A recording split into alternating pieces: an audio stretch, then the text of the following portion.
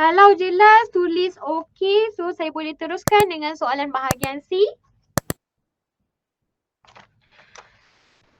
Okey. Kita teruskan dengan soalan bahagian C, soalan pilihan. Nah, semalam dah banyak kita buat soalan bahagian C ni. Hari ni saya nak tengok kamu ingat lagi tak apa yang saya ajar semalam? Okey. Bahagian C ni terdiri daripada 3 soalan.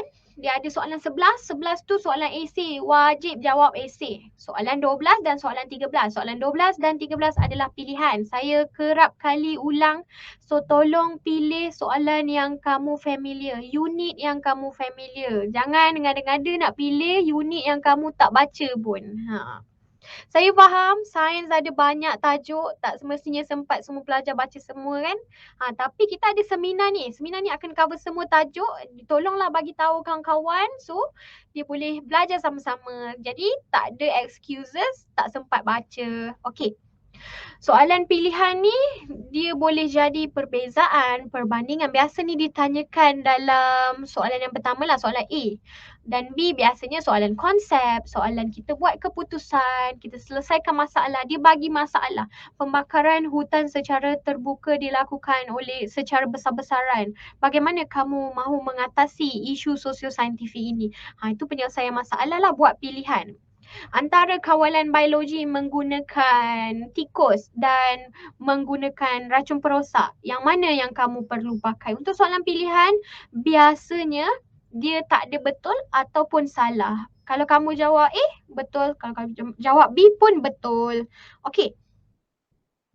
Dan ada soalan aplikasi. Kita tengok soalan ni. Soalan ni baru cakap aplikasi, dia dah pop up dekat aplikasi. Tapi soalan aplikasi ni kalau tadi flow dia dekat soalan yang ketiga, C. Dia boleh jadi dekat soalan pertama juga ya pelajar. Okey, terangkan kesan pembuangan bahan toksik dari kilang kepada alam sekitar. Soalan ni sangat senang. Boleh fikir, tak baca pun boleh fikir kan? Kamu rasa apa kesan pembuangan bahan toksik ni? Apa kesan dia kepada alam sekitar? Mestilah pencemaran air. Biasanya kilang dia mesti salurkan dia punya sisa-sisa ke dalam sungai. Jadi pencemaran air. Okey. Kita tengok markah dekat sini. 4 markah kan? Dia minta 4. Jadi lepas tu dia bagi lagi terangkan. Jadi setiap apa yang kamu beri, kata kunci yang kamu beri, kamu cakap pencemaran air. Tolong jelaskan. Kalau kamu tulis pencemaran air je, 1 markah je di sini ya. Okey, jelaskan. Kenapa pencemaran air ni dia beri kesan kepada alam sekitar? Sebab dia boleh jejaskan kesihatan. Jejaskan kesihatan siapa? Jejaskan kesihatan manusia. Okey. Lepas tu yang kedua. Dia tak minta berapa, ada 4 markah, tolong bagi 2. 1 markah di sini, 1 markah di pernyataan pencemaran air dan lagi 1 markah di bila kamu memberi sebab, jejaskan kesihatan manusia. Okey, yang kedua. Sisa toksik. Sisa toksik daripada kilang, dia boleh buat apa kepada hidupan? Kepada hidupan dalam air. Beracun kan? Dia beracun. Sisa toksik biasanya beracun. Ya, ikan mati. Betul Husna. Okey, bolehlah tulis sisa toksik kilang yang beracun menyebabkan ikan mati. Okey.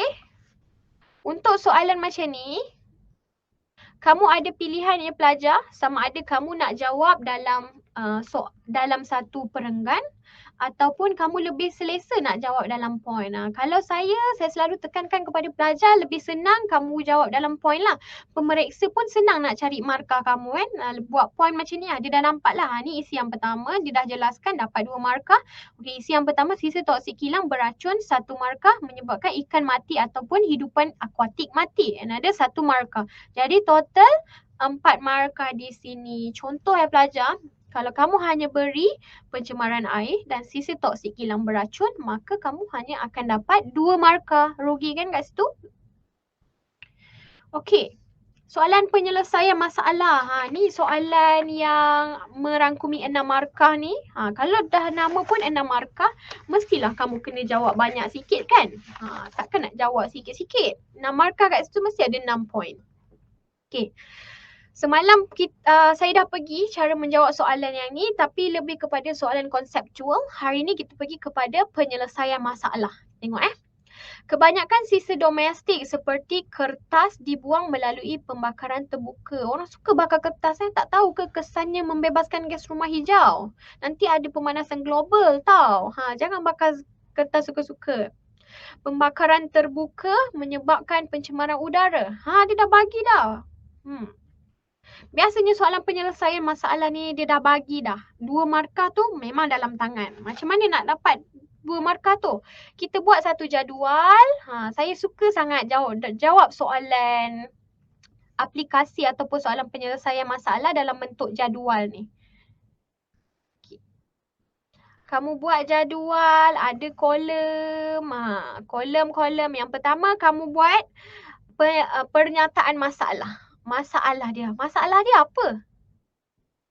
Masalah dia kertas dibuang kan? Kertas dibuang melalui pembakaran terbuka. Ni masalah dia. Lepas tu dia dah bagi lagi. Ni satu markah dah dekat sini. Lepas tu lagi satu punca masalah. Bagi punca masalah. Punca masalah apa?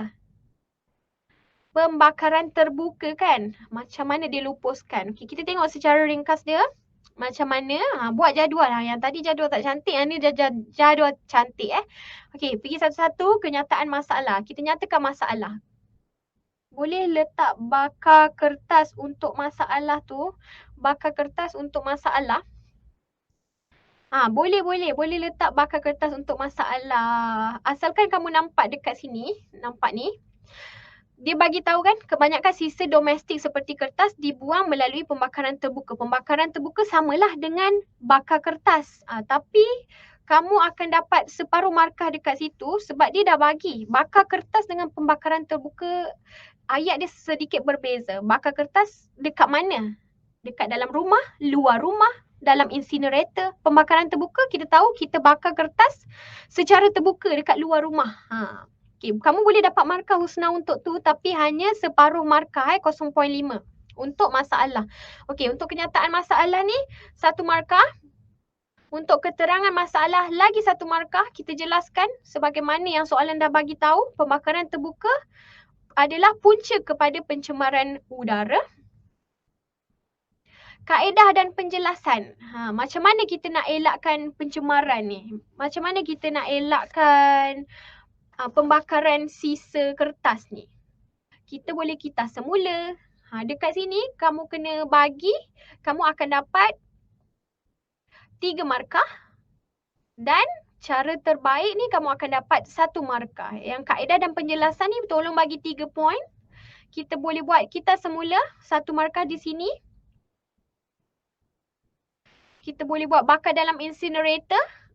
Inilah yang dikatakan tadi Husna. Cakap boleh ke kalau saya letak kalau nak letak bakar kertas? Bakar kertas kat mana? Kat dalam incinerator? Kat luar rumah? Dalam rumah?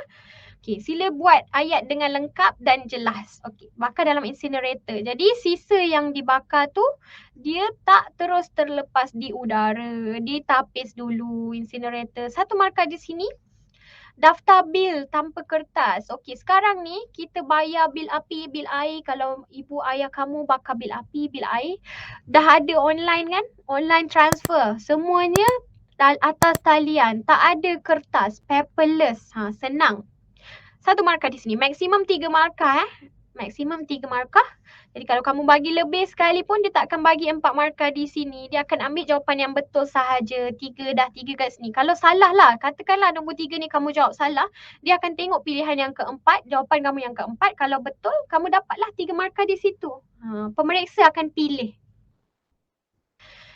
Okey. Tapi biasanya kalau kamu dah jawab betul kat 3 ni, pemeriksa tak tengok dah nombor 4 ni.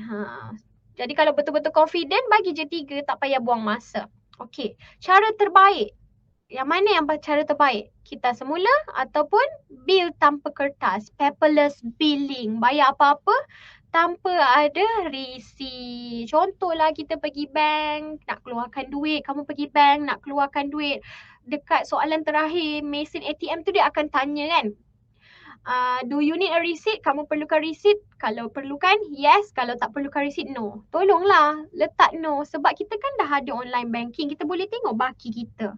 Kenapa kita nak receipt lagi kan? Nanti receipt tu masuk dalam tong sampah juga. Kan dah menambahkan sisa pepejal. Okey, dah selesai. Selesai untuk, ada lagi satu soalan. Selesai untuk yang soalan yang A tadi. So satu lagi soalan tentang peningkatan gas karbon dioksida dalam atmosfera disebabkan pemanasan global. Tapi untuk soalan ni dia dah bagi 3